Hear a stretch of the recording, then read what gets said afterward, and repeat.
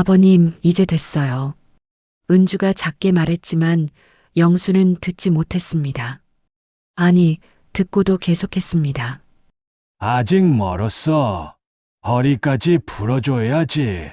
당신 허리 약한 거 내가 모를 줄 아나? 영수의 손이 은주의 허리로 내려갔습니다. 양손으로 허리 양쪽을 감싸듯 잡고 엄지로 척추 양옆을 따라 꾹꾹 눌렀습니다. 아래에서 위로, 위에서 아래로 몇 번이고 반복했습니다. 은주는 온몸에 소름이 돋았습니다. 시아버지의 손이 자신의 허리를 만지고 있었습니다. 이건 안 됐습니다. 오늘의 이야기 시작해 볼까요? 사연 대방출 시작하기 전에 구독과 좋아요, 알림 설정 부탁드립니다. 새벽 5시 닭 울음소리가 정적을 깨뜨리면 영수는 어김없이 눈을 뜹니다. 72년을 살아온 몸은 이미 시계보다 정확했습니다. 이불을 걷고 일어나 마루로 나가면 서늘한 새벽 공기가 얼굴을 스칩니다. 경북의 한 시골 마을, 농과 밭 사이에 자리한 이 기와집은 30년 넘게 영수와 아내 정희가 함께 가꿔온 보금자리였습니다. 마당을 쓸면서 영수는 무심코 안채 쪽을 바라봅니다.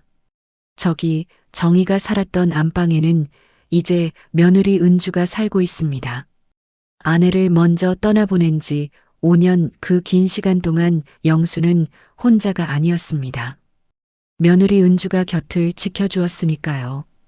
은주는 원래 대구 시내 병원에서 일하던 간호사였습니다. 꼼꼼하고 손이 빠른 은주는 동료들 사이에서도 믿음직한 사람이었죠. 하지만 5년 전 남편인 영수의 큰아들이 교통사고로 세상을 떠나면서 모든 것이 바뀌었습니다. 아직 40대 초반의 젊은 나이였던 은주는 병원 일을 그만두고 시골로 내려왔습니다. 시어머니가 돌아가신 지 얼마 안 된 상황에서 홀로 남은 시아버지를 그냥 둘 수 없었던 겁니다. 처음에 영수는 극구 말렸습니다. 젊은 며느리가 시골에서 늙은 시아버지를 모시며 산다는 것은 쉬운 일이 아니었으니까요. 하지만 은주는 고집스럽게 고개를 저었습니다. 아버님, 제가 모시겠습니다. 아버님, 혼자 두고 어떻게 가요? 은주의 목소리에는 단호함이 배어 있었습니다. 그렇게 5년이 흘렀습니다. 은주는 새벽마다 일어나 시아버지 아침을 차리고 밭일을 거들고 저녁이면 함께 밥상을 마주했습니다. 마을 사람들은 처음에는 효보다 요즘 세상에 저런 며느리가 어디 있나 하며 칭찬했습니다. 하지만 시간이 지나면서 시선이 달라지기 시작했습니다. 마을 우물가에서 경로당 앞에서 사람들의 수군거림이 조금씩 들려왔습니다. 그래도 젊은 여자랑 호라비가 한 집에 산다는 게 말이 되나? 밤마다 불 켜진 거 보면 좀 이상하지 않나? 아무리 며느리래도 말이야. 은주도 그런 시선을 느꼈습니다. 마트에 장을 보러 가면 아주머니들이 수군대다가 은주를 보면 입을 다물었습니다. 교회에 나가면 어떤 이들은 반갑게 인사하면서도 어색한 웃음을 지었습니다. 유교적 분위기가 강한 이 시골 마을에서 젊은 과부 며느리와 호라비 시아버지가 함께 산다는 것은 여전히 곱지 않은 시선을 받는 일이었습니다. 밤마다 은주는 안방에 누워 생각했습니다. 난 그냥 아버님을 모시는 며느리일 뿐인데 왜 늘 이런 불편한 시선이 따라오는 걸까? 남편이 살아있었다면 이런 일은 없었을 겁니다. 하지만 남편은 없고 시어머니도 없고 이제 이 집에는 시아버지와 며느리만 남았습니다. 영수는 며느리의 속마음을 알면서도 모르는 척했습니다. 미안했으니까요. 젊은 며느리가 재혼도 하지 않고 늙은 시아버지를 모시며 사는 것이 얼마나 힘든 일인지 영수도 잘 알았습니다. 그래서 되도록 며느리에게 짐이 되지 않으려고 애썼습니다. 밭일도 혼자 하려고 했고 빨래도 스스로 했습니다. 하지만 외로움은 어쩔 수 없었습니다. 밤이 되어 방에 홀로 누우면 정희가 그리웠습니다. 30년을 함께 산 아내의 빈자리는 5년이 지나도 여전히 컸습니다. 가끔 꿈에서 정희를 만나면 영수는 아침에 일어나서도 한동안 멍하니 있곤 했습니다. 마을 사람들의 수군거림에도 불구하고 영수와 은주의 일상은 고요하게 흘러갔습니다. 새벽마다 닭이 울고 영수가 마당을 쓸고 은주가 아침을 차리고 함께 밥을 먹고 낮에는 각자 일을 하고 저녁이면 다시 밥상을 마주하는 평범한 하루들이었습니다. 하지만 이 고요한 일상 속에 작은 균열이 생기기 시작했다는 것을 두 사람은 아직 몰랐습니다. 영수의 기억 속에서 조금씩 무언가가 흐려지고 있었고 그 흐릿함이 곧 두 사람의 삶을 송두리째 흔들어 놓게 될 거라는 것을 말이죠. 변화는 아주 작은 것에서 시작되었습니다. 영수가 가끔 같은 말을 반복한다든지 방금 먹은 아침 메뉴를 기억하지 못한다든지 하는 일들이었죠. 은주는 처음에는 나이가 들면 그럴 수 있다고 생각했습니다. 72살이면 기억력이 조금 떨어질 수 있으니까요.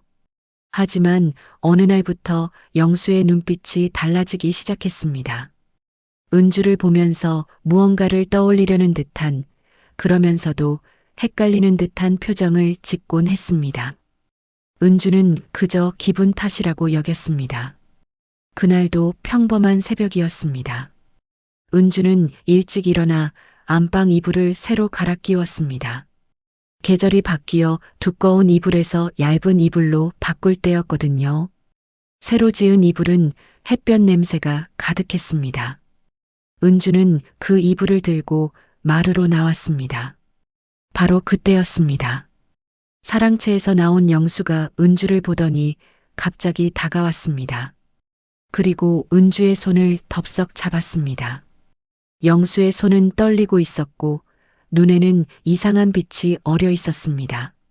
정희야, 정희야, 다시 돌아왔구나. 영수의 목소리는 떨렸습니다. 마치 오랫동안 그리워하던 사람을 만난 것처럼 간절했습니다. 은주는 순간 얼어붙었습니다. 정희. 그 이름은 돌아가신 시어머니의 이름이었습니다. 은주의 가슴이 철렁 내려앉았습니다. 아버님, 저는 은주예요. 며느리라고요. 은주는 당황해서 말했습니다. 손을 빼려고 했지만 영수는 더욱 세게 잡았습니다. 그리고 갑자기 은주의 어깨를 끌어안았습니다. 영수의 팔이 은주의 등을 감쌌고 은주는 숨이 막힐 것 같았습니다. 보고 싶었어? 정말 보고 싶었다고. 영수는 은주의 어깨에 얼굴을 묻으며 흐느꼈습니다. 은주는 온몸이 굳어버렸습니다. 어떻게 해야 할지 몰랐습니다. 시아버지를 밀쳐내자니 상처를 줄 것 같았고 그렇다고 이대로 있자니 너무나 당황스러웠습니다. 아버님, 제발 정신 차리세요. 저는 은주예요. 은주의 목소리가 떨렸습니다. 하지만 영수는 은주를 놓아주지 않았습니다. 오히려 한 손으로 은주의 머리를 쓰다듬었습니다. 마치 오랜 세월 그래왔던 것처럼 자연스러운 손길이었습니다. 내 정이 어디 갔다 이제야 오는 거야. 얼마나 외로웠는지 아나. 영수의 손이 은주의 뺨을 어루만졌습니다.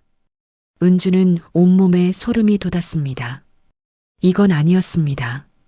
시아버지와 며느리 사이에 있어서는 안 될 스킨십이었습니다. 은주는 용기를 내어 영수를 밀어냈습니다. 안 돼요, 아버님.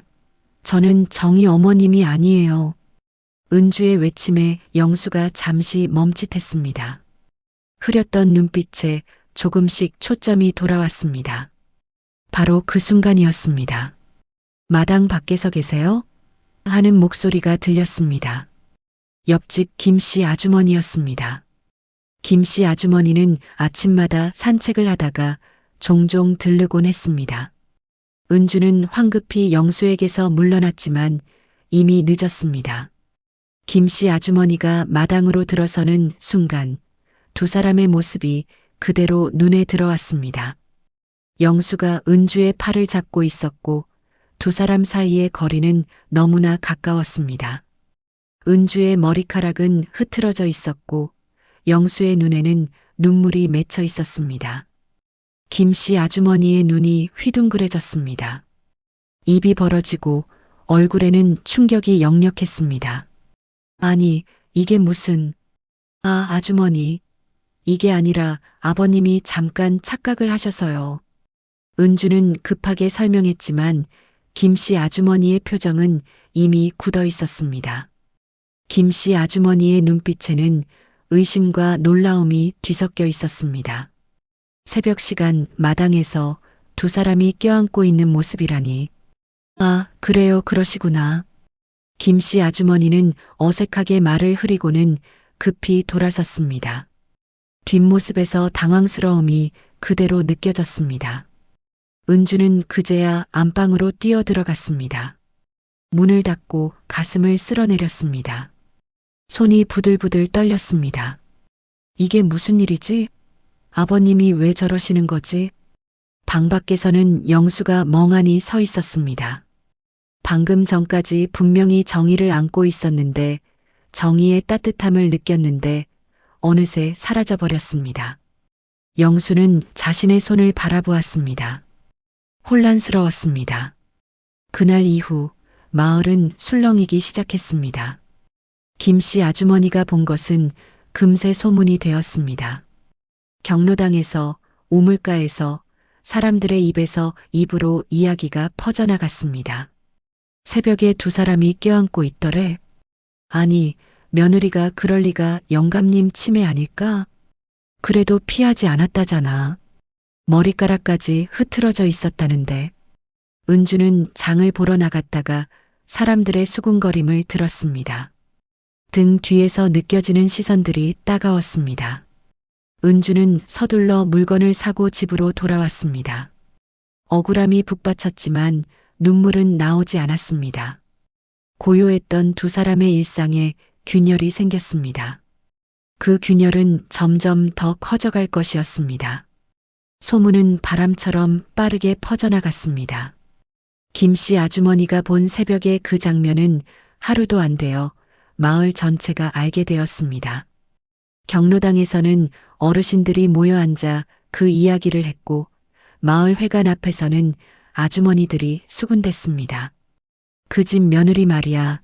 새벽에 시아버지랑 껴안고 있었다잖아. 에이, 그게 말이 돼? 아무리 그래도 며느리가 어떻게. 사람들의 입에서 입으로 전해지는 동안 이야기는 점점 더 부풀려졌습니다.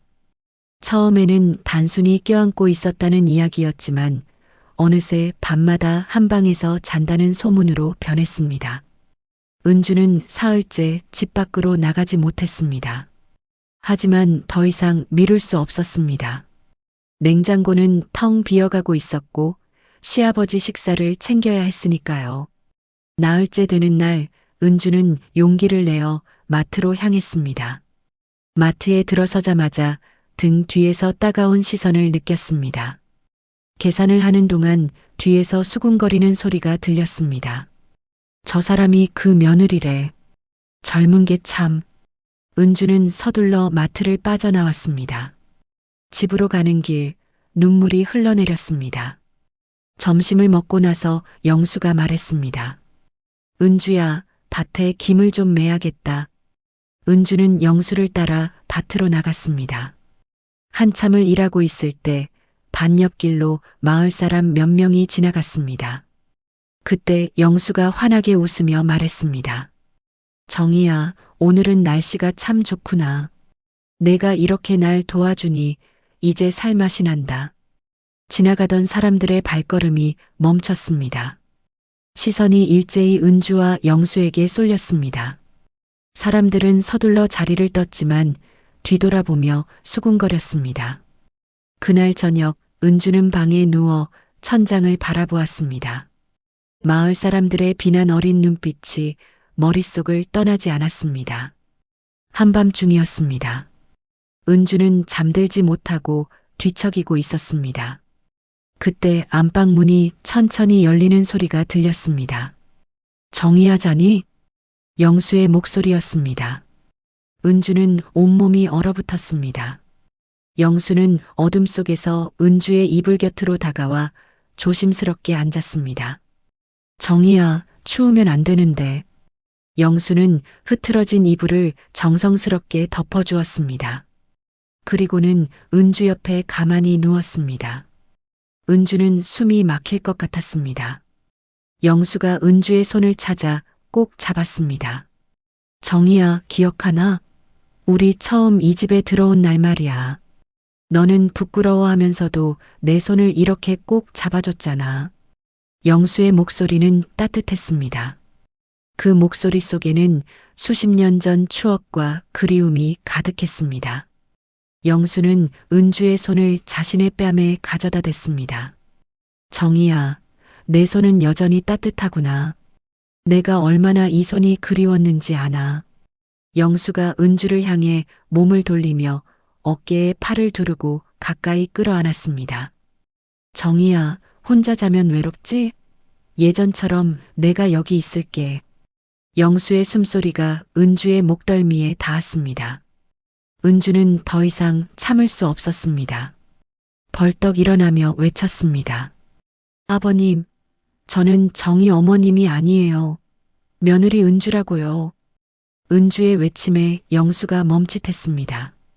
어둠 속에서 영수의 눈빛이 흔들리고 혼란스러움이 그 얼굴에 가득했습니다. 은주야, 여기가 어디지? 영수는 주위를 둘러보았습니다. 자신이 어디에 있는지, 무엇을 하고 있었는지 깨달은 듯 했습니다. 얼굴이 창백해졌습니다. 내가 정희 방에 있는 줄 알았는데, 아니, 정희는 벌써. 영수의 목소리가 떨렸습니다. 현실이 서서히 돌아왔습니다. 아내 정희는 5년 전에 세상을 떠났습니다. 지금 이 방에는 며느리 은주가 있었습니다. 자신은 며느리의 이불 속에 들어와 있었습니다. 미안하다. 은주야, 내가 또 꿈을 꾼 건지 정희가 살아있는 줄 알았어. 영수는 비틀거리며 일어났습니다. 손이 떨렸고 다리에 힘이 없었습니다. 문을 향해 비틀비틀 걸어가며 계속 중얼거렸습니다. 미안하다, 정말 미안하다. 문이 닫히는 소리가 들렸고 은주는 그제야 긴장이 풀렸습니다. 온몸에서 식은땀이 흘러내렸습니다. 은주는 떨리는 손으로 일어나 방문을 잠갔습니다. 평생 한 번도 잠그지 않았던 안방 문을 말이죠. 은주는 이불 속으로 들어가 무릎을 끌어안았습니다. 심장이 아직도 두근거렸습니다. 아버님은 정말로 외로우신 거야. 5년 동안 혼자 얼마나 그리웠을까? 아버님께는 내가 정말로 어머님으로 보이는 걸까? 그렇다면 내가 조금만 참으면 아버님의 외로움을 조금이라도 덜어드릴 수 있는 걸까? 은주의 머릿속에 이상한 생각이 스쳤습니다. 만약 시아버지가 자신을 시어머니로 착각한다면 그냥 그렇게 두는 것도 방법일까요? 아버님의 외로움을 채워드릴 수 있다면. 하지만 곧 은주는 고개를 저었습니다. 안 돼. 이건 아니야. 나는 며느리고 아버님은 시아버지야. 설령 아버님이 착각하신다 해도 내가 그걸 받아들이면 안 돼. 은주는 자신이 무슨 생각을 하고 있는지 깨닫고 소스라쳤습니다. 하지만 동시에 시아버지의 외로운 뒷모습이 자꾸만 떠올랐습니다. 은주의 마음은 찢어질 것 같았습니다. 한편으로는 시아버지의 외로움이 이해되었고 다른 한편으로는 자신이 느끼는 두려움과 불편함을 무시할 수 없었습니다. 내가 만약 아버님의 착각을 그대로 두면 아버님은 조금이라도 편안해지실까? 아니면 더 혼란스러워지실까? 은주는 답을 찾을 수 없었습니다. 마을 사람들의 시선, 시아버지의 외로움, 자신의 두려움 모든 것이 뒤섞여 은주를 짓눌렀습니다. 이렇게 계속 살 수는 없어. 뭔가 해결책을 찾아야 해. 하지만 아버님을 두고 떠날 수도 없고 은주는 이불을 뒤집어 쓰고 작게 흐느꼈습니다. 밤은 깊어갔지만 은주는 잠들 수 없었습니다. 방문 너머에서는 영수도 잠들지 못하고 뒤척이는 소리가 들렸습니다. 두 사람 모두 외로웠습니다. 하지만 그 외로움은 결코 채워질 수 없는 것이었습니다. 그날 밤 이후 영수는 더욱 혼란스러워했습니다. 식사 때마다 멍하니 앉아 있었고 가끔씩 허공을 바라보며 정해야 하고 중얼거렸습니다. 사흘째 되는 날 아침이었습니다. 영수가 밥상 앞에 앉아 있었지만 수저를 들지 않았습니다. 그저 멍하니 앉아 눈물만 흘리고 있었습니다. 아버님, 왜 우세요? 정희가 날 버리고 갔어. 영수의 눈은 먼 곳을 바라보고 있었습니다. 26살 봄날, 중매로 만난 정희. 처자들이 태어나던 날. 가난했지만 행복했던 그 시절. 아버님, 어머님은 여기 있어요. 제가 여기 있잖아요. 영수의 얼굴이 환해졌습니다. 정희야, 정말 내가 맞지? 은주는 고개를 끄덕였습니다. 그날 이후 은주는 조금씩 시아버지의 착각에 맞춰주기 시작했습니다. 며칠이 지난 어느 저녁이었습니다. 은주는 하루 종일 밭일을 하느라 온몸이 뻐근했습니다. 저녁 설거지를 마치고 마루에 앉아 어깨를 주무르며 작게 신음했습니다. 아이고, 허리가. 영수가 다가왔습니다. 정희야, 어디 아프니? 아버님 괜찮아요. 하지만 영수는 은주 뒤에 앉으며 말했습니다. 정희야, 내가 풀어줄게. 예전처럼 말이야. 당신 힘들 때마다 내가 이렇게 해줬잖아. 영수의 손이 은주의 어깨에 닿았습니다. 은주는 순간 몸이 굳었습니다. 하지만 영수는 이미 양손으로 은주의 어깨를 감싸쥐고 천천히 주무르기 시작했습니다. 영수의 엄지손가락이 은주의 어깨 뒤쪽, 목과 어깨가 만나는 지점을 눌렀습니다. 은주는 작게 신음이 새어나왔습니다. 거기가 아팠지만 동시에 시원했습니다. 아파도 참아야 해. 그래야 풀린다니까. 영수는 어깨선을 따라 천천히 손가락을 움직였습니다. 양쪽 어깨를 번갈아 가며 꾹꾹 눌러주었습니다. 30년 넘게 아내의 몸을 돌봐온 손이었습니다. 정희야, 기억하나? 처세 낳고 몸조리할 때 내가 매일 밤 이렇게 해줬잖아. 당신이 너무 힘들어해서 내가 얼마나 마음 아팠는지. 영수의 손이 은주의 목덜미로 올라갔습니다. 엄지와 검지로 목 뒤 근육을 꼬집듯 주무르기 시작했습니다. 은주는 눈을 감았습니다. 안 되는 걸 알았지만 그 손길을 거부할 수 없었습니다. 여기도 많이 뭉쳤네. 정희야, 당신 요즘 무리하는 거 아니야? 영수의 손이 어깨에서 등으로 내려갔습니다. 등 양쪽을 따라 천천히 주무르며 내려갔습니다. 손바닥 전체로 넓게 쓸어내리다가 뭉친 곳을 발견하면 엄지로 꾹꾹 눌러주었습니다. 아버님, 이제 됐어요. 은주가 작게 말했지만 영수는 듣지 못했습니다. 아니, 듣고도 계속했습니다. 아직 멀었어. 허리까지 풀어줘야지. 당신 허리 약한 거 내가 모를 줄 아나. 영수의 손이 은주의 허리로 내려갔습니다. 양손으로 허리 양쪽을 감싸듯 잡고 엄지로 척추 양옆을 따라 꾹꾹 눌렀습니다. 아래에서 위로, 위에서 아래로 몇 번이고 반복했습니다. 은주는 온몸에 소름이 돋았습니다. 시아버지의 손이 자신의 허리를 만지고 있었습니다. 이건 안 됐습니다. 하지만 영수는 정말로 정성스럽게 아내를 돌보고 있었습니다. 그 손길에는 아무런 다른 의도가 없었습니다. 그저 아내의 통증을 덜어주고 싶은 마음뿐이었습니다. 정희야, 둘째 낳았을 때는 내가 이렇게 못해줘서 미안했어. 그때 내가 너무 바빠서 당신 혼자 고생했지. 영수의 목소리가 떨렸습니다. 과거의 미안함이 그 목소리에 담겨 있었습니다. 손길은 더욱 조심스러워졌습니다. 마치 깨지기 쉬운 도자기를 다루듯 은주의 등을 천천히 쓸어내렸습니다. 영수는 마지막으로 은주의 양 어깨를 감싸 쥐고 부드럽게 주무르며 말했습니다. 정희야, 우리 오래오래 건강하게 살자. 내가 당신 아프지 않게 항상 챙겨줄게. 약속할게. 그 순간이었습니다. 마당에서 어이하는 목소리가 들렸습니다. 은주는 화들짝 놀라 몸을 일으켰습니다. 옆집 장씨 아저씨가 담 너머로 고개를 내밀고 있었습니다. 장씨 아저씨의 눈이 휘둥그레졌습니다. 저녁 어스름 속에서 시아버지가 며느리의 허리를 감싸 쥐고 등을 쓸어내리고 있는 모습이 선명하게 보였습니다. 두 사람의 거리는 너무 가까웠고 분위기는 너무 친밀해 보였습니다. 아, 장씨 안녕하세요. 은주는 황급히 일어서며 인사했습니다. 얼굴이 새빨갛게 달아올랐습니다. 장씨 아저씨는 입을 벌린 채 멍하니 서 있었습니다. 그리고 어색하게 말했습니다. 아, 그래, 영수 씨 계신가 해서 그럼 내일 보자고.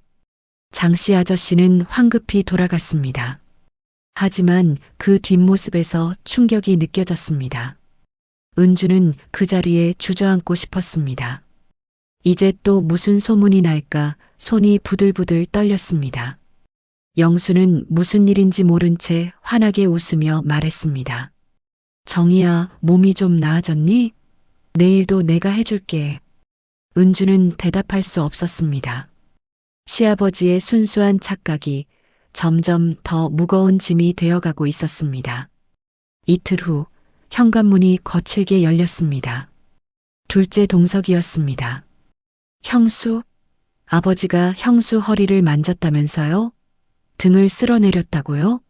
마루에서 둘이 붙어 앉아서요? 동석아, 아버님이 날 어머님으로 착각하셔서 또 그 핑계입니까? 혹시 유산 때문 아닙니까? 난 아버님이 편안하시길. 그건 아버지를 더 혼란스럽게 만드는 겁니다.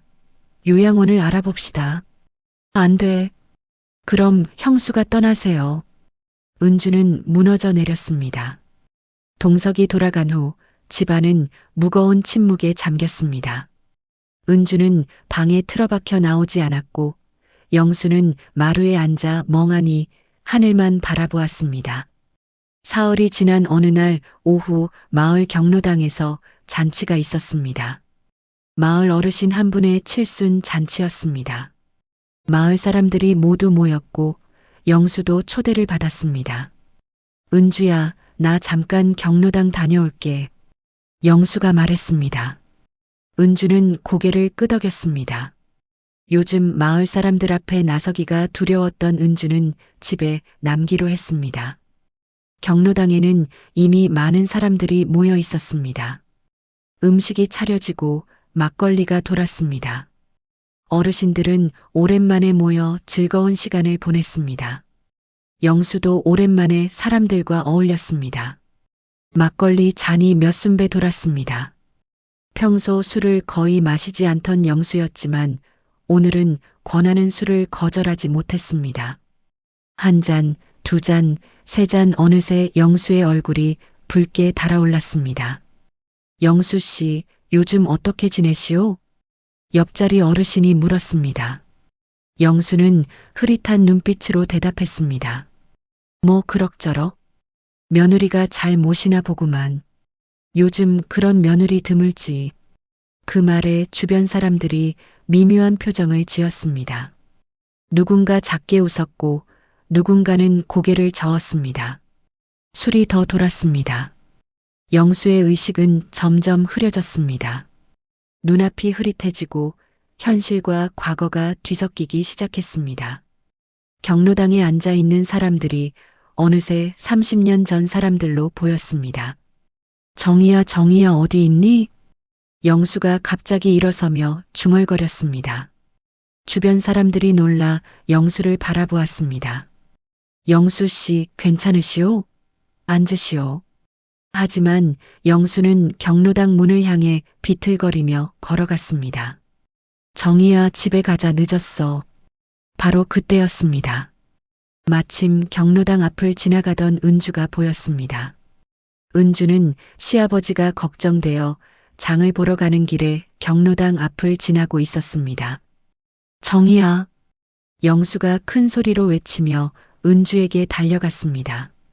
경로당 안의 모든 사람들이 그 광경을 지켜보았습니다. 정희야, 여기 있었구나. 나랑 같이 집에 가자. 영수는 은주의 손을 꽉 잡았습니다. 은주는 얼어붙었습니다.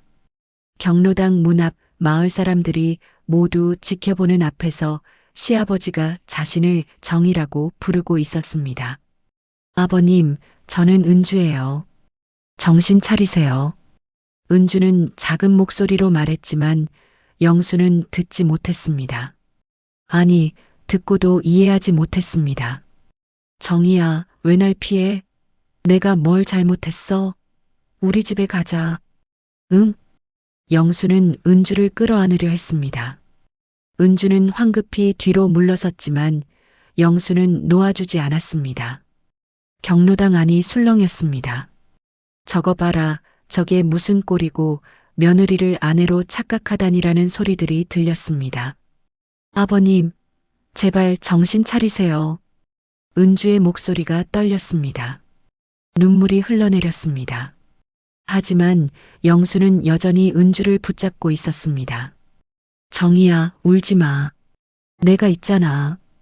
우리 집에 가서 쉬자. 바로 그 순간이었습니다. 경로당 안에서 동석이 뛰쳐나왔습니다.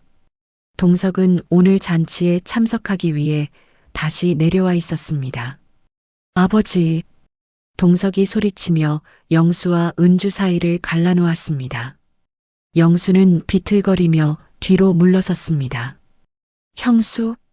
형수는 지금 뭐 하는 겁니까? 동석의 목소리는 분노로 떨렸습니다.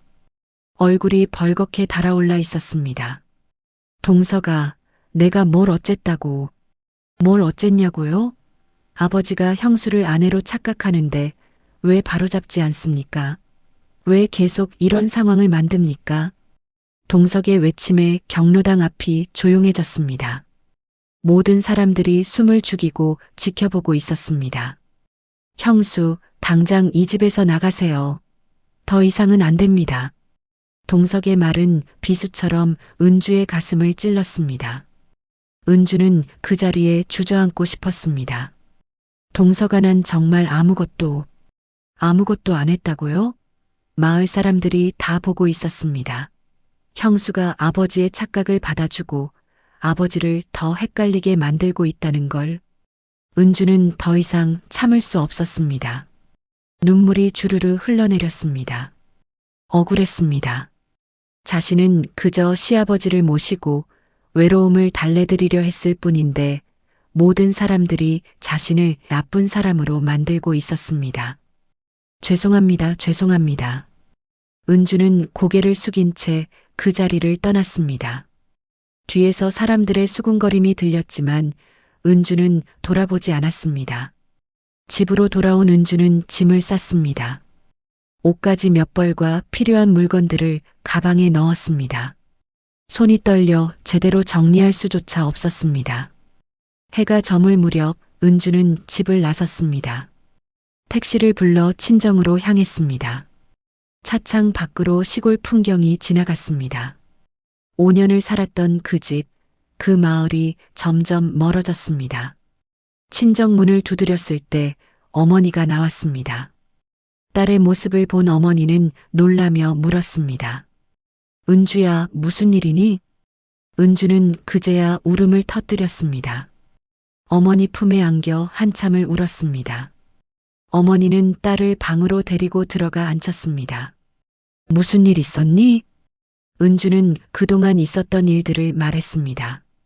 시아버지의 착각, 마을 사람들의 오해, 동석의 비난, 그리고 오늘 경로당에서 있었던 일까지. 어머니는 한숨을 길게 내쉬었습니다. 은주야. 어머니의 목소리는 무거웠습니다. 내가 괜히 그 집에 계속 붙어 있으니까 그런 소리를 듣는 거야. 시아버지는 요양원에 모시고 넌 이제 내 인생을 살아야지. 어머니의 말에 은주는 고개를 저었습니다. 엄마, 난 아무 잘못도 안 했어. 그냥 아버님을 모셨을 뿐이야. 알아. 근데 세상 사람들은 그렇게 안 봐. 내가 아무리 잘해도 오해받는 거야. 은주는 방 한구석에 웅크리고 앉았습니다. 눈물이 계속 흘러내렸습니다. 나는 잘못한 게 없는데 왜 다 나를 탓하지? 밤이 깊어갔습니다. 은주는 잠들지 못했습니다. 시아버지의 얼굴이 자꾸만 떠올랐습니다. 지금쯤 혼자 계실 텐데 괜찮으실까? 저녁은 드셨을까? 은주의 마음은 찢어지고 있었습니다. 은주가 떠난 지 사흘이 지났습니다. 집은 텅 비어 있었고 영수는 혼자 남았습니다. 아침에 일어나도 아침상이 차려지지 않았고 저녁이 되어도 불이 켜지지 않았습니다. 영수는 집안을 헤매고 다녔습니다. 정희야, 어디 있니? 정희야. 안방 문을 열어보고 부엌을 들여다보고 마당으로 나갔다가 다시 들어왔습니다. 하지만 정희는 어디에도 없었습니다. 밤마다 영수는 안방 문 앞에 서서 중얼거렸습니다. 정희야, 화났니? 내가 뭘 잘못했어? 문 열어줘 하지만 방 안은 조용했습니다. 아무도 없었습니다. 영수는 밥도 제대로 먹지 못했습니다. 냉장고를 열어보지만 뭘 꺼내야 할지 몰랐습니다.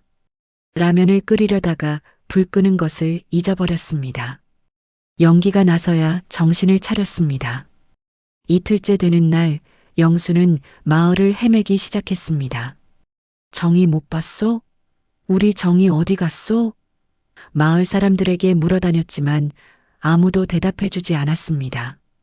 사람들은 고개를 돌리거나 빨리 자리를 피했습니다. 사흘째 되는 날 새벽 옆집 김씨 아주머니가 영수를 발견했습니다. 영수는 마을 어귀에서 길을 헤매고 있었습니다. 잠옷 차림의 맨발이었습니다. 영수 씨, 이 새벽에 어디 가시는 거예요? 정희를 찾으러 가야 해요. 정희가 집을 나갔어요. 김씨 아주머니는 깜짝 놀라 동석에게 전화를 걸었습니다. 동석 씨, 빨리 오세요. 아버님이 이상하세요. 동석은 서울에서 급히 내려왔습니다. 영수를 보는 순간 동석의 얼굴이 굳었습니다. 아버지는 3일 만에 완전히 다른 사람이 되어 있었습니다. 수염은 덥수룩했고 옷은 구겨져 있었으며 눈빛은 초점이 없었습니다. 아버지, 저 동석이에요. 동석? 동석이가 왜 여기 있어? 정희 어디 갔니? 정희 못 봤니? 동석은 가슴이 철렁 내려앉았습니다. 이건 단순한 노망이 아니었습니다. 아버지, 병원에 가봐야겠어요. 난 안 가. 정희 찾아야 해. 하지만 동석은 강제로 영수를 차에 태웠습니다. 서울대학병원으로 향했습니다. 차 안에서도 영수는 계속 중얼거렸습니다. 정희야 어디 갔니? 나 혼자 두고. 병원에 도착했습니다. 신경과에서 여러 검사를 받았습니다. 의사는 영수의 뇌 사진을 보며 고개를 저었습니다. 이틀 후 진단 결과가 나왔습니다. 동석은 의사 앞에 앉았습니다. 환자분은 치매 중기입니다. 의사의 말에 동석은 숨이 막혔습니다. 치매라니요? 네, 알츠하이머형 치매로 보입니다. 이미 상당히 진행된 상태입니다. 최근 기억부터 잃어가고 있고 과거와 현재를 혼동하고 있습니다. 의사는 엑스레이 사진을 가리키며 설명을 이어갔습니다. 환자분은 돌아가신 배우자를 계속 찾고 계십니다. 이는 치매 환자들에게 흔히 나타나는 증상입니다. 가장 사랑했던 사람, 가장 그리운 사람을 찾게 되죠.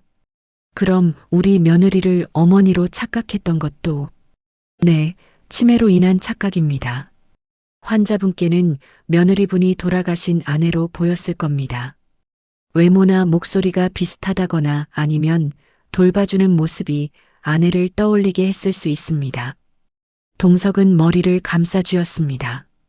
그럼 형수는 정말 아무 잘못이 없었던 건가? 의사 선생님, 그럼 치료하면 나아질 수 있습니까? 안타깝게도 치매는 완치가 어렵습니다. 다만 약물 치료로 진행 속도를 늦출 수는 있습니다. 지금부터라도 꾸준히 치료받으시면. 동석은 병실로 돌아왔습니다. 영수는 창밖을 멍하니 바라보고 있었습니다. 아버지. 동석의 목소리가 떨렸습니다. 갑자기 지난 몇 달간 자신이 했던 행동들이 떠올랐습니다. 형수를 의심하고 비난하고 집에서 쫓아낸 일들. 하지만 형수는 아무 잘못도 없었습니다. 그저 치매에 걸린 시아버지를 묵묵히 돌보고 있었을 뿐이었습니다. 동석은 휴대폰을 꺼내 은주에게 전화를 걸었습니다. 한참 만에 은주가 전화를 받았습니다. 형수, 저 동석입니다. 은주는 대답하지 않았습니다. 형수, 아버지가 치매래요. 중기래요. 전화기 너머로 은주의 숨소리가 들렸습니다. 의사 선생님이 그러는데 아버지가 형수를 어머니로 착각한 것도 다 치매 때문이래요. 형수 잘못이 아니었어요. 은주는 아무 말도 하지 못했습니다. 눈물만 주르르 흘러내렸습니다. 형수, 미안합니다. 제가 형수를 오해했습니다. 정말 미안합니다. 동석의 목소리도 떨렸습니다. 전화는 끊어졌습니다. 은주는 친정방 한구석에 주저앉았습니다. 치매. 시아버지는 치매였습니다. 그 모든 착각이, 그 모든 행동이 병 때문이었습니다. 아버님은 외로움 속에서 아내를 찾아 헤매셨던 거야. 그걸 내가 대신한 거고. 은주는 비로소 이해했습니다. 시아버지가 자신을 안았던 것도, 손을 잡았던 것도, 밤에 방에 들어왔던 것도 모두 돌아가신 아내를 그리워하는 마음에서 나온 것이었습니다. 시아버지는 그저 사랑하는 사람이 보고 싶었을 뿐이었습니다. 은주는 그동안 자신을 향했던 손가락질들을 떠올렸습니다. 마을 사람들의 차가운 시선, 동석의 비난, 심지어 어머니의 오해까지 모두가 은주를 의심했습니다. 하지만 이제는 알았습니다. 시아버지는 아프셨던 것입니다. 기억을 잃어가고 현실을 잃어가고 사랑하는 사람을 찾지 못해 헤매셨던 것입니다. 아버님, 얼마나 외로우셨을까, 얼마나 슬프셨을까. 은주의 가슴이 미어졌습니다. 5년 동안 은주는 시아버지 곁을 지켰지만 시아버지의 진짜 아픔을 몰랐습니다. 그저 착각이라고만 생각했지, 그게 병이라는 것을, 치료가 필요한 상태라는 것을 몰랐습니다. 은주는 가방을 챙겼습니다. 어머니가 놀라며 물었습니다. 은주야, 어디 가니? 엄마, 난 아버님한테 가야 해. 아버님은 아프셔. 내가 곁에 있어야 해. 은주야, 아직도 그 집에 가려고? 내가 얼마나 고생했는데. 엄마, 난 아버님을 사랑해. 내 시아버지야. 아프신데 어떻게 혼자 두고 와. 은주는 문을 나섰습니다. 서울행 버스에 올랐습니다. 차창 밖 풍경이 빠르게 지나갔습니다. 은주의 마음은 이미 병원에 있었습니다. 서울대학병원 신경과 병동. 은주는 복도를 걸으며 병실 번호를 확인했습니다. 심장이 두근거렸습니다. 3층 끝 3155실. 시아버지가 계신 곳이었습니다. 병실 문 앞에 섰을 때 은주는 잠시 망설였습니다. 문 너머에서 동석의 목소리가 들렸습니다. 아버지, 약 드셔야 해요. 의사 선생님이. 싫어. 난 집에 갈 거야. 정희가 기다려. 영수의 목소리는 약해져 있었습니다. 은주는 가슴이 미어졌습니다. 문을 열려는 순간 병실 안에서 동석이 나왔습니다. 형수님. 동석은 은주를 보고 놀랐습니다. 두 사람은 병실 문 앞 복도에 마주 섰습니다. 형수, 오셨군요. 동석의 목소리는 며칠 전과 달랐습니다. 날카로움이 사라지고 대신 피곤함과 미안함이 묻어났습니다. 아버님은 어떠세요? 은주가 물었습니다. 동석은 고개를 저으며 한숨을 내쉬었습니다. 안 좋으세요. 약도 안 드시려 하고 밥도 거의 안 드세요. 계속 집에 가자고 어머니 찾으러 가야 한다고만 하십니다. 은주는 눈물이 핑 돌았습니다. 병실 문 너머로 영수의 모습이 보였습니다. 창가에 앉아 멍하니 밖을 바라보고 있었습니다. 형수, 미안합니다. 동석이 고개를 숙였습니다. 제가 형수님을 너무 오해했습니다. 형수님은 아무 잘못도 없으셨는데 제가 형수님을 의심하고 비난하고 정말 죄송합니다. 동석의 목소리가 떨렸습니다. 은주는 고개를 저었습니다. 괜찮아요. 동석 씨도 몰랐으니까요. 아닙니다. 형수님이 5년 동안 얼마나 고생하셨는데 저는 그것도 몰라보고. 동석은 눈시울이 붉어졌습니다. 잠시 침묵이 흘렀습니다. 그때 동석이 조심스럽게 말을 꺼냈습니다. 형수, 솔직히 말씀드리겠습니다. 의사 선생님이 그러시는데 아버지 상태가 계속 나빠지고 계신답니다. 은주는 숨을 죽였습니다. 약으로 진행을 늦출 수는 있지만 완치는 어렵대요. 점점 더 기억을 잃어가실 거래요. 언젠가는 저도 형수님도 못 알아보실 수 있다고. 동석의 말에 은주의 눈에서 눈물이 흘러내렸습니다. 형수, 그래서 제가 요양원을 알아봤습니다. 좋은 곳이에요. 전문 간호사들이 있고 치매 환자 전문 프로그램도 있고. 요양원이요? 은주가 고개를 들었습니다. 네. 아버지 혼자 집에 계시는 것도 위험하고 저도 서울에서 사업이 있어서 자주 못 내려가고 형수님도 이제 형수님 인생을 사셔야죠. 동석의 말은 합리적이었습니다. 하지만 은주는 고개를 저었습니다. 싫어요. 형수님, 아버님을 요양원에 보낼 순 없어요. 아버님은 평생 그 집에서 사셨어요. 어머님과 함께 가꾼 집이에요. 그 집에서 마지막까지 계셔야 해요. 하지만 형수, 현실적으로 제가 모실게요. 은주의 목소리는 단호했습니다. 형수, 무슨 말씀을 형수님이 얼마나 고생하셨는데 또 그 고생을 하시려고요? 고생이 아니에요. 아버님은 제 가족이에요. 제 남편의 아버지시고 5년 동안 함께 살아온 가족이에요. 동석은 할 말을 잃었습니다. 은주가 말을 이었습니다.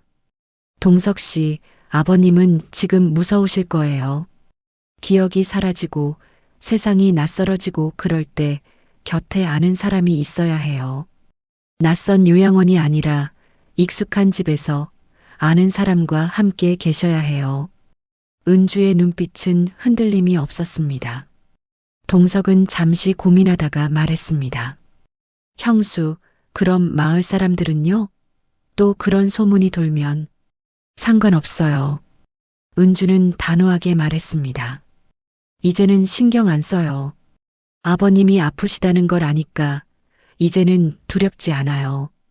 사람들이 뭐라고 하든 저는 아버님을 끝까지 모실 거예요. 그때였습니다. 병실 안에서 물건 떨어지는 소리가 들렸습니다. 두 사람은 급히 병실로 들어갔습니다. 영수가 침대에서 일어나려다 비틀거리고 있었습니다. 물컵이 바닥에 떨어져 깨져 있었습니다. 아버지, 동석이 달려가 영수를 부축했습니다. 영수는 흐린 눈으로 주위를 둘러보았습니다. 여기가 어디야? 집에 가야 하는데. 아버지, 병원이에요. 치료받으셔야 해요. 하지만 영수는 동석을 밀쳐냈습니다. 싫어. 난 집에 갈 거야. 정희가 기다린다고. 영수의 목소리가 커졌습니다. 간호사가 달려왔고 복도가 소란스러워졌습니다. 은주가 천천히 다가갔습니다. 영수 앞에 무릎을 꿇고 앉았습니다. 아버님. 영수가 은주를 보았습니다. 흐린 눈빛이 은주의 얼굴을 더듬었습니다. 정희야, 정희야, 내가 왔구나. 영수의 손이 은주의 뺨을 어루만졌습니다. 은주는 그 손을 잡았습니다. 네, 왔어요. 제가 여기 있어요. 은주의 목소리는 부드러웠습니다. 영수의 얼굴에 안도감이 번졌습니다. 정희야, 집에 가자. 응? 우리 집에 가서 함께. 영수의 목소리가 점점 작아졌습니다. 은주는 영수의 손을 꼭 잡았습니다. 네, 집에 가요. 같이 가요. 영수는 은주의 손을 놓지 않았습니다. 마치 놓으면 은주가 사라질까봐 두려운 듯 꽉 쥐고 있었습니다. 동석이 병실 밖으로 나가려다 멈춰섰습니다. 그리고 조용히 말했습니다. 형수, 제 생각이 짧았습니다. 형수님이 필요하십니다. 형수님만이 아버지를 안정시킬 수 있어요. 은주는 고개를 끄덕였습니다. 영수를 침대에 눕히고 이불을 덮어주었습니다. 영수는 은주의 손을 잡은 채 천천히 눈을 감았습니다. 정희야, 곁에 있어줘. 네, 여기 있어요. 걱정 마세요. 영수의 숨소리가 고르게 변했습니다. 잠이 든 것 같았습니다. 은주는 침대 옆 의자에 앉아 영수의 손을 계속 잡고 있었습니다. 한참 후 영수가 작게 중얼거렸습니다. 은주야, 고맙다, 은주야. 순간 병실이 조용해졌습니다. 동석이 화들짝 놀라 아버지를 바라보았습니다. 영수의 입에서 처음으로 은주라는 이름이 나왔습니다. 정희가 아니라 은주라고. 은주도 눈을 크게 떴습니다. 눈물이 주르르 흘러내렸습니다. 영수는 알고 있었습니다. 희미하게나마 곁에 있는 사람이 정희가 아니라 며느리 은주라는 것을. 그리고 고마워하고 있었습니다. 동석은 그 자리에 서서 아무 말도 할 수 없었습니다. 병원에서 일주일을 보낸 후 은주는 영수를 데리고 집으로 돌아왔습니다. 동석이 차로 모셔다 드렸습니다. 익숙한 시골길이 펼쳐지고 농과 밭 사이로 기와집이 보였습니다. 아버님, 집이에요. 다 왔어요. 은주가 말했습니다. 영수는 창밖을 바라보았습니다. 흐린 눈빛에 무언가 반짝이는 것이 보였습니다. 집, 우리 집. 차에서 내린 영수는 마당을 천천히 둘러보았습니다. 대문, 장독대, 우물, 감나무. 모든 것이 그대로였습니다. 영수의 입가에 희미한 미소가 번졌습니다. 은주는 영수를 안방으로 모셨습니다. 이불을 펴고 베개를 놓고 물을 떠다 드렸습니다. 영수는 은주의 손을 잡았습니다. 고맙다, 은주야. 다시 한번 은주라는 이름이 영수의 입에서 나왔습니다. 은주는 눈물을 참으며 웃었습니다. 천만에요, 아버님. 제가 모셔야죠. 그날부터 은주는 다시 시아버지를 돌보기 시작했습니다. 약을 먹이고 밥을 차리고 산책을 시켜드렸습니다. 영수의 상태는 좋아지지 않았지만 집에 있다는 것만으로도 편안해 보였습니다. 마을 사람들은 처음에는 여전히 수군거렸습니다. 또 돌아왔네, 끝까지 버티는구만 하는 소리들이 들렸습니다. 하지만 은주는 신경 쓰지 않았습니다. 당당하게 걸었고 사람들을 마주쳤을 때도 먼저 인사했습니다. 안녕하세요. 아버님이 많이 편찮으셔서 제가 모시고 있어요. 은주의 당당한 태도에 사람들은 더 이상 뭐라 하지 못했습니다. 옆집 김씨 아주머니가 먼저 마음을 열었습니다. 은주 씨, 내가 미안하네. 오해했어. 영수 씨가 아프신 줄 몰랐지. 괜찮아요. 아주머니도 몰랐으니까요. 조금씩 마을 사람들의 시선이 바뀌었습니다. 은주가 영수를 산책시키는 모습을 보며 고개를 끄덕이는 사람들이 생겼습니다. 김장철이 되자 몇몇 아주머니들이 김치를 담가다 주기도 했습니다. 은주 씨 혼자 고생이 많으니까 이거라도 먹게. 은주는 감사하게 받았습니다. 세상이 조금씩 따뜻해지고 있었습니다. 하지만 영수의 상태는 점점 나빠졌습니다. 약을 먹어도 기억은 계속 사라져갔습니다. 어느 날은 은주를 알아보고 어느 날은 정이라고 불렀습니다. 그리고 또 어느 날은 누구인지조차 알아보지 못했습니다. 겨울이 왔습니다. 영수는 대부분의 시간을 침대에 누워 지냈습니다. 밥도 잘 먹지 못했고 말도 거의 하지 않았습니다. 은주는 영수의 손을 잡고 앉아 있곤 했습니다. 아버님, 오늘 날씨 참 좋아요. 창문 열어드릴까요? 영수는 대답 대신 은주의 손을 꼭 쥐었습니다. 어느 추운 겨울날 새벽이었습니다. 은주는 영수의 숨소리가 이상하다는 것을 느꼈습니다. 급히 병원에 전화했지만 시골이라 구급차가 오는데 시간이 걸렸습니다. 은주는 영수의 손을 잡고 말했습니다. 아버님, 힘내세요. 조금만 버티세요. 하지만 영수의 숨소리는 점점 약해졌습니다. 영수가 희미하게 눈을 떴습니다. 은주를 바라보았습니다. 정이야, 아니 은주야. 영수는 마지막까지 은주의 이름을 불렀습니다. 내가 가야 할 시간인가 봐. 아버님, 안 돼요. 제발. 고맙다 은주야, 내가 있어서 외롭지 않았어. 영수의 손에서 힘이 빠졌습니다.